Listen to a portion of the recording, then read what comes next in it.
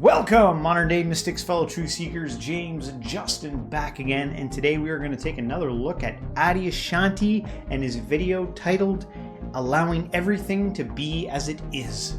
Brilliant. As you know, I'm a big fan of Adyashanti, so let's get into it. Looking forward to it.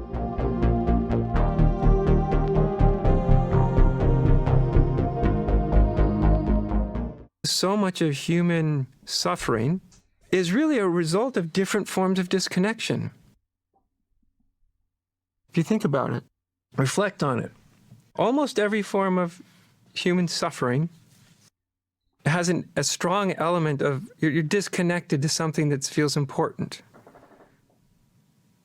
You know, you're depressed. You're disconnected to that which you're disconnected from well-being. You're in pain. You then feel disconnected from peace. You're anxious. You feel disconnected from calm. You're angry. You feel disconnected from your heart, or you're defended. But all the various forms of, I call them optional suffering. So let's say probably like 95% of our suffering is, at the end of the day, optional. What I mean by optional is it's caused in large part by our resistance to what is, our pushing back, either pushing against something or grabbing hold, identified with. So it's this push, pull, push, pull, push, pull. And most of our suffering is this sort of endless push, pull, right? There's something innately unsatisfying about it, you know? And so we're usually we're pushing and pulling, pushing and pulling, pushing and pulling, you know, trying to, well, whatever we're trying to do, trying to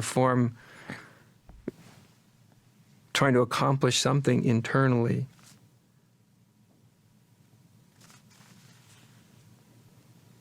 But the more we push away some difficult experience, the more disconnected you feel. And then when you feel disconnected, you push away more because it's uncomfortable. So you try to not feel uncomfortable, but when you try to not feel uncomfortable, you just feel more uncomfortable. It's like when you feel anxious, and then you try not to be anxious. Now you're anxious about being anxious. And so you've added another level of anxiety. Or you're depressed. And you start thinking about your depression. Oh my God, I'm so depressed. This is so awful. Now you're depressed. You're not just depressed, you're depressed about the fact that you're depressed. Right? And so it's this pushing away. And it causes a kind of disconnection.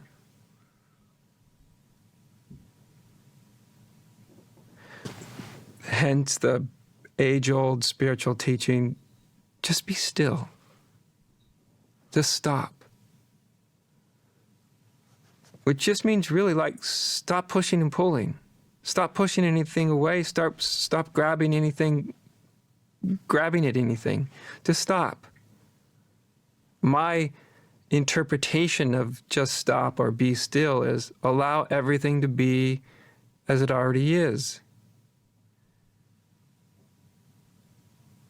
I was just talking to somebody yesterday, in fact, talking to a friend, and he mentioned this teaching of allow everything to be as it is. And before we get into his story that he's about to go into, I thought we're about halfway through the video. I thought this might be a good time to kind of chime in and talk about it. You know, to me, it sounds like easier said than done, because the forces of reality. Easier done than said. It's easier done than said. What'd I say? You said easier said than done, but the reality is it's easier done than said.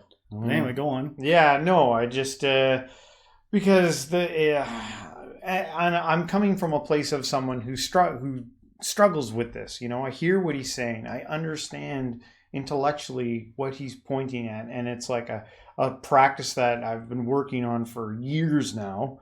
And I'm probably a little bit, ahead of where I used to be, but it seems like a very slow process because depending on the caliber of the distraction or the thing that is pulling on your leg, that is causing you some type of discomfort or pain or anxiety, that thing captures your focus so intensely that it becomes hard to just observe it and sit there and be in the now.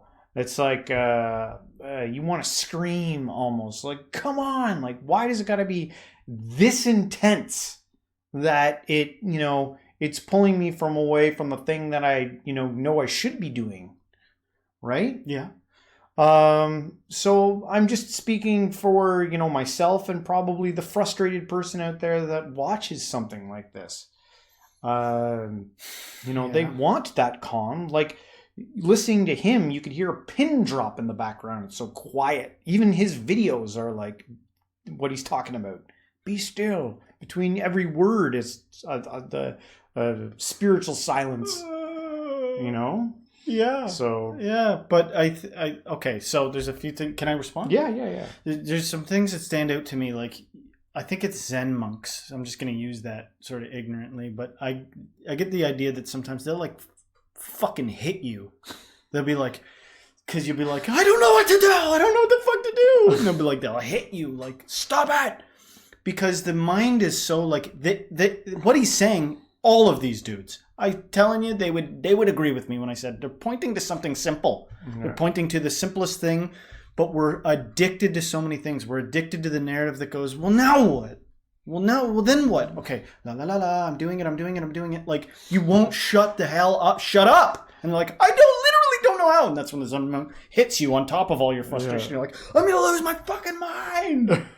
What is it? You're not pointing at anything. In fact, let's crucify him. Let's crucify the guy talking. They go violent out of their frustration and their torment and their suffering. They end up sometimes crucifying these people. They hide away and become hermits sometimes. There's that side of it, which is literally just trying to deal with the pain that you might be feeling. It's frustrating because your brain won't leave you the hell alone with it. Pain is not what you think it is. Somebody yesterday was telling me about like, pain is suffering. And I was like, no, like they were saying something along those lines. And I was going, let's make a distinction here between pain and suffering. And I'm telling you, people have very little patience when you start messing with their concepts of good and bad. Like, what you think is good isn't good, and what you think is bad isn't bad. They aren't those things. Here's an orange. Now, what is it? That's a thing Zen people do. What is this? No. They'll go, if you say an orange, you're getting a hit.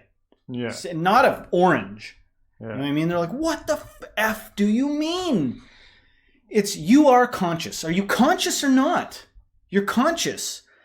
And that's the only thing that is important here that you see.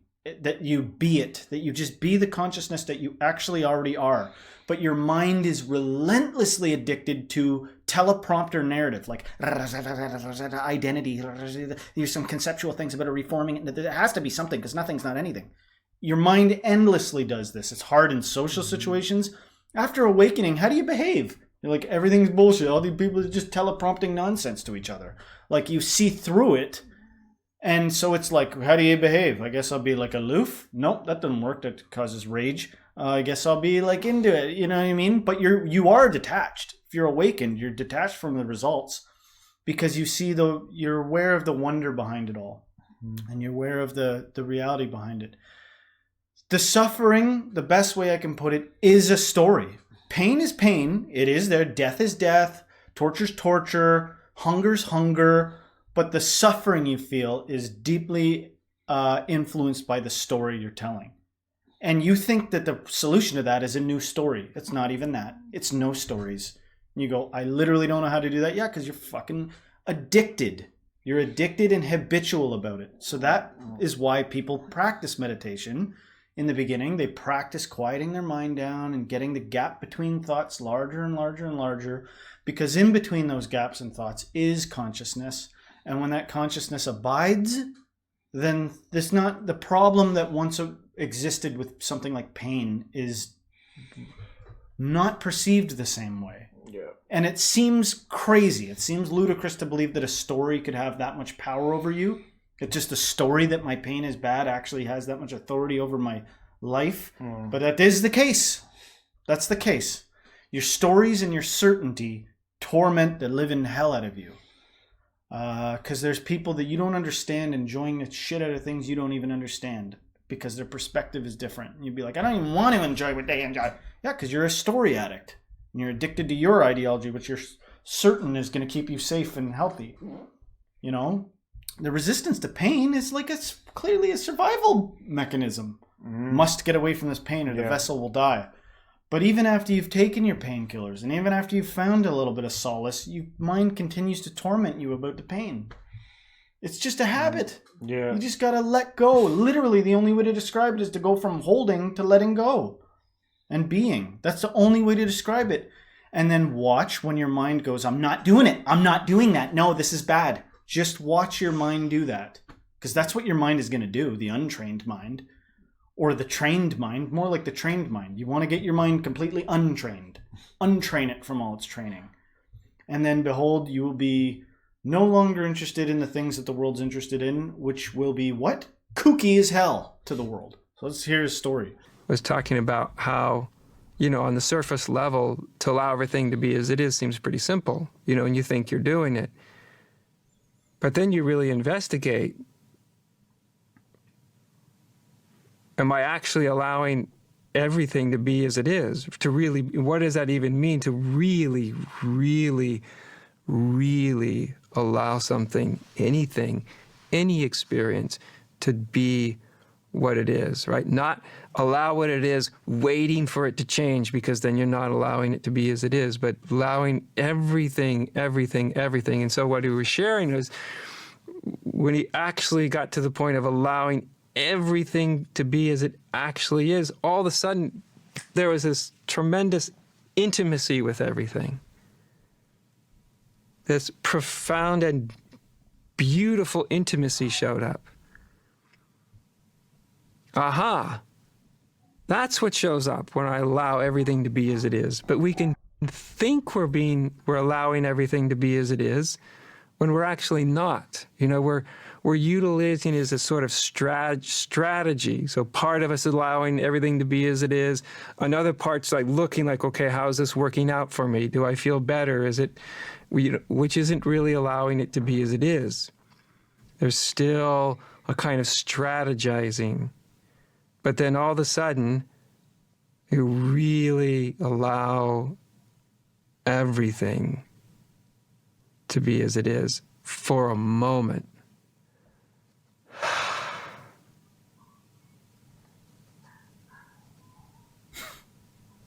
And when we're allowing everything to be as it is, there's nothing that's fracturing our experience into preferable, not preferable, I want this, I want that. All of a sudden our experience all by itself just unifies, just like all at once.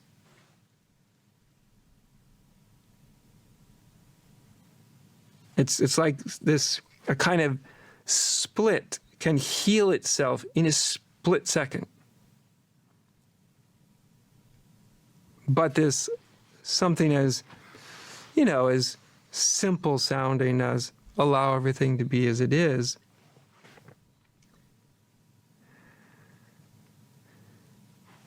I've always found that the most powerful teachings, the most transformative teachings are always the simplest.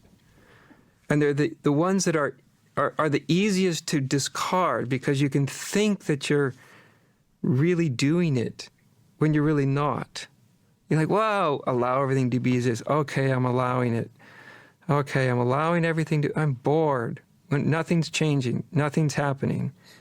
This isn't working for me, you know, and there's not any real allowing to be as it is, right? There's just, there's waiting, anticipating, measuring, you know.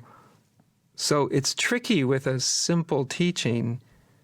Simple doesn't mean that it lacks depth. Like I said, I have always found the most powerful teachings are always the simplest. But they're also the most demanding, because we have to enter them with a kind of real humility. We have to enter them with a sense of not being so sure that we even know what they mean. And so to actually apply it then becomes sort of a process of discovery. Like, what does it mean to be still? What does it mean to stop? What does it mean to allow everything to be as it is? What does it actually mean?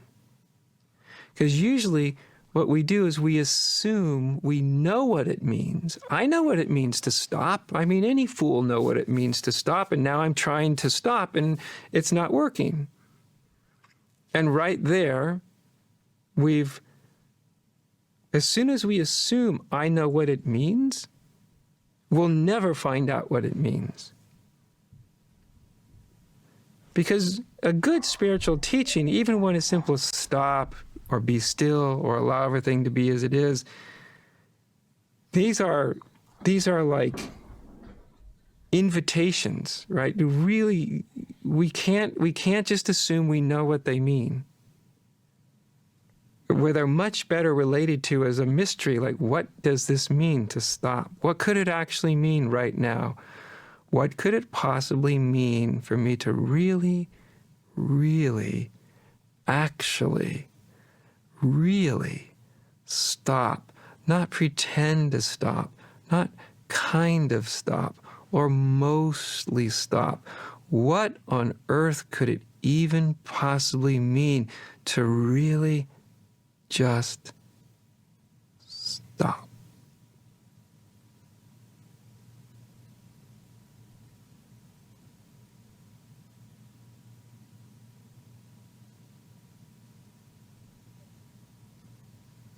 And dare I do that for more than a second or two?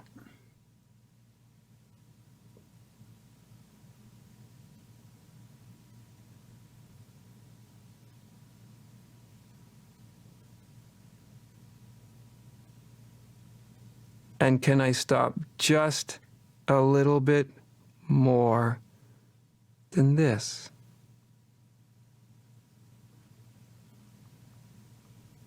And wow, it feels like everything is stopped.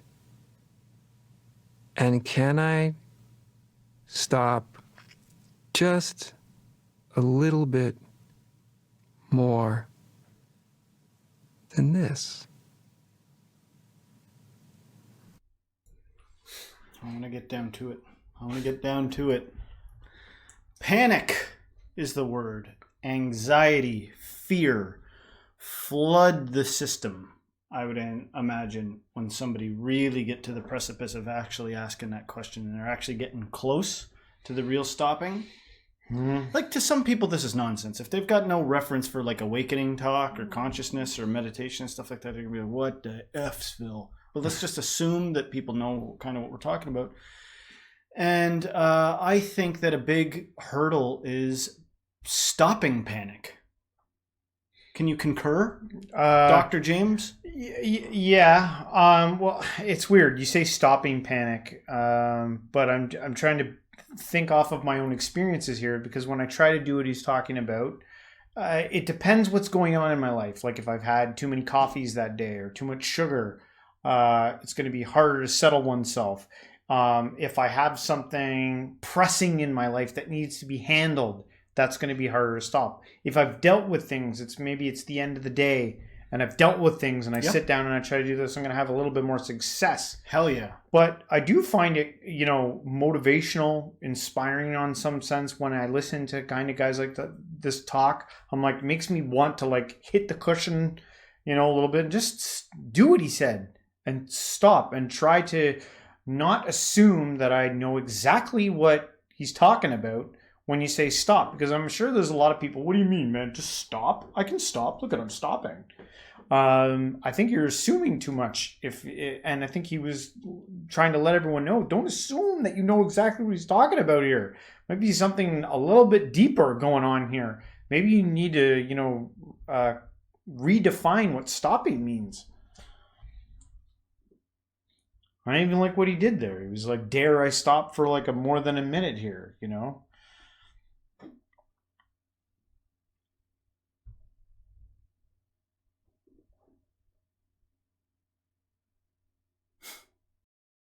Well, there's stopping, there's storytelling, there's all kinds of things.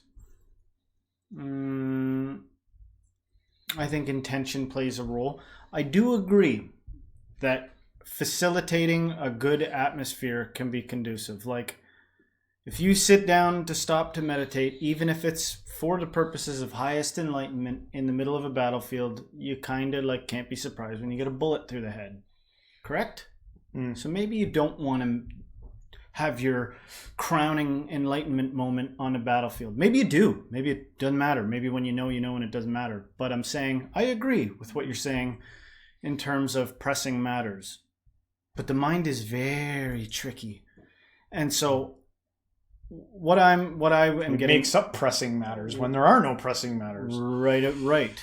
Well, there's always pressing matters, but I'm saying it's tricky as hell.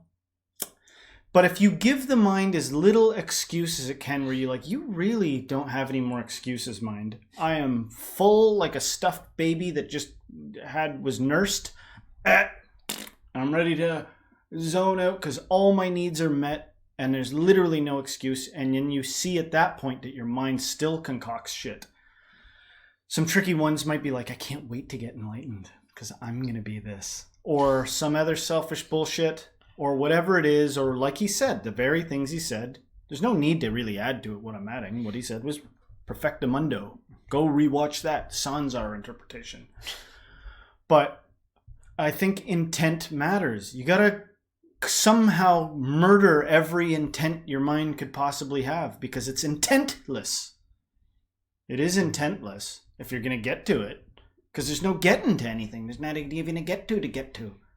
And I think, like you said, forget to assume. Don't even assume. Don't assume anything I've said. And like you rightly said, what he pointed out, don't assume you know what it is. And there's even something powerful I agree about him saying,